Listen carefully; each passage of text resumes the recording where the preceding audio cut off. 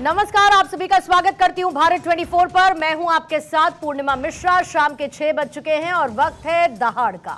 जब इरादे मजबूत होते हैं तो नतीजे भी नजर आते हैं और नक्सलवाद का सफाया करने के जो मजबूत इरादे किए गए उसके भी नतीजे सामने हैं। गृह मंत्री अमित शाह ने 31 मार्च 2026 तक नक्सल के अंत की डेडलाइन तय की थी और उससे एक दिन पहले यानी कि 30 मार्च को यह ऐलान कर दिया गया कि भारत अब नक्सल से मुक्त हो चुका है। वो नक्सलवाद जिसकी शुरुआत 1967 में पश्चिम बंगाल के नक्सलबाड़ी से शुरू हुई और धीरे धीरे उसका दायरा देश के 12 राज्यों में फैला। तिरुपति से पशुपतिनाथ तक लोग नक्सलवाद के लाल आतंक के दलदल में फंसते गए।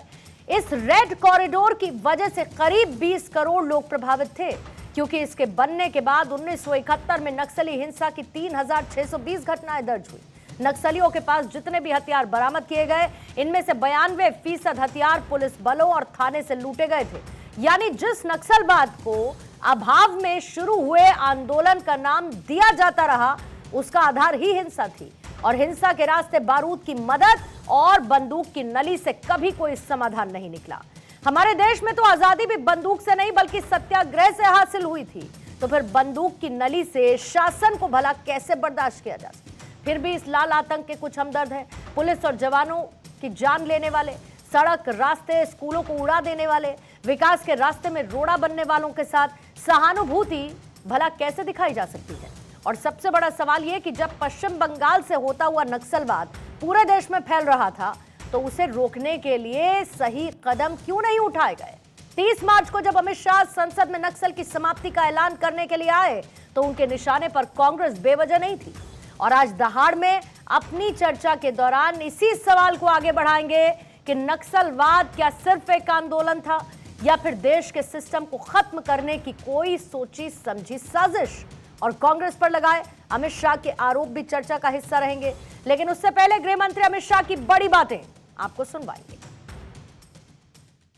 हमने लक्ष्य किया था कि 31 मार्च को नक्सल मुक्त करेंगे। मैं पूरी व्यवस्था होने के बाद देश को भी सूचित करूंगा, मगर मैं ऐसा बोल सकता हूं, धड़ल्ले से बोल सकता हूं कि हम नक्सल मुक्त हो गए हैं, ऐसा कहने में कोई तकलीफ नहीं। कई सारे बड़े काम जो आजादी के वक्त से इस देश की जनता चाहती थी कि कभी ना कभी हो, वो सारे काम नरेंद्र मोदी जी के 12 साल में हुए और अब ये नक्सलवाद से मुक्त भारत की रचना भी नरेंद्र मोदी जी के शासन के अंदर ही हो रही है। भारत जोड़ो यात्रा में कई नक्सल फ्रंटल संगठन हिस्सा लिए, इसका रिकॉर्ड है। हिडमा जब मारा गया, मान्यवर 172 जवानों को मारने वाला हिडमा जब मारा गया, इंडिया गेट पर नारे लगे, कितने हिडमा मारोगे, हर घर से निकल लेंगे हिडमा। ये वीडियो को राहुल गांधी ने स्वयं ट्वीट किया है।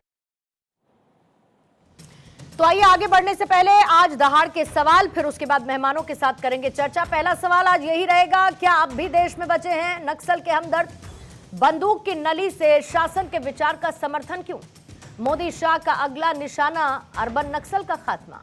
वक्त रहते नक्सलवाद को फैलने से आखिर क्यों नहीं रोका गया? कांग्रेस और नक्सल के बीच क्या सचमुच है कोई रिश्ता?